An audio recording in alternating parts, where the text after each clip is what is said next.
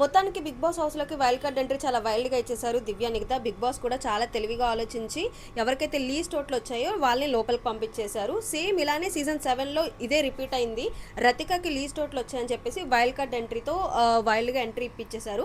So నిన్న కూడా same దివ్య నిఖితకు కూడా అలానే జరిగింది. అయితే దివ్య నిఖిత రావడంతోనే తన స్ట్రాటజికల్ ప్లేని చాలా తెలివిగా ప్లే చేసిందని అయితే నాకు అనిపించింది అనమాట. నార్మల్గా అయితే బయట విషయాలు లోపల వాళ్ళ గురించి ఏమనుకుంటున్నారో అసలు చెప్పకూడదు. కానీ అలాంటిది triangle love story, rectangle love story అని చెప్పేసి మొహం మీద చెప్పేసింది. అయితే నేను అనుకున్న అలా చెప్పకూడదు కదా అని అయితే నాకు అనిపించింది. కానీ లాస్ట్లో తను ఒక క్లారిటీ అయితే ఇచ్చిందనమాట. ఇది ఫేక్ ఎమోషనా, రియల్ ఎమోషనా అని తెలుసుకోవడానికి నేనైతే ఒక రాయి అయితే వేయడం జరిగింది.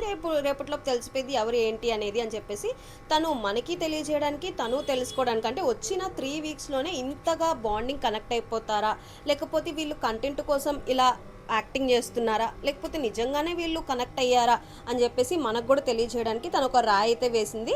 సరే చూద్దాం అది ఫేకా రియలా అని చెప్పేసి తను కూడా అనుకుంటుంది. సో మనం కూడా వెయిట్ చేయక తప్పదు. సో మీకేమనిపిస్తుందో దివ్య గురించి కామెంట్ చేసేయండి.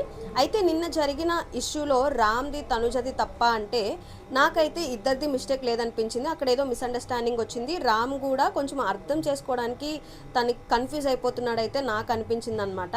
అండ్ సంజన ప్రతిరోజు ఇదే కంటెంట్ అంటే చిరాకు వచ్చేసిద్ది చూసే వాళ్ళకు కూడా. అండ్ తనకి సపోర్ట్ చేయాలన్నా కూడా కొంచెం ఎంబారసింగ్గా అనిపిస్తుంది అనమాట. రోజు సిగరెట్ల దొంగతనం, లేకపోతే ఇంకా వాళ్ళ కాస్ట్యూమ్సే కానీ, మేకప్పే కానీ, డ్రింక్స్ కానీ ప్రతిదీ దొంగ కంటెంట్ అంటే ఎవ్వరూ చూడరు. ఇదే రిపీట్గా ఉంటే కనుక ఫ్యూచర్లో హౌస్లో చాలా గొడవలు అయిపోతాయి, వాళ్ళకి మధ్యలో చాలా గొడవలు అయిపోతాయి.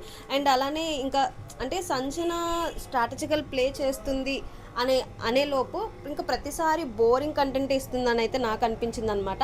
సో మీరు దివ్య ప్లేస్లో ఎవరు వైల్డ్ కార్డ్ ఎంట్రీ ఇస్తే బాగుంటుంది అని అనుకున్నారో కామెంట్ చేసేయండి. అండ్ దివ్య మీద కూడా మీ ఒపీనియన్ ఏంటో, తన ఆట మీద మీ ఒపీనియన్ ఏంటో కూడా కామెంట్ చేసేయండి.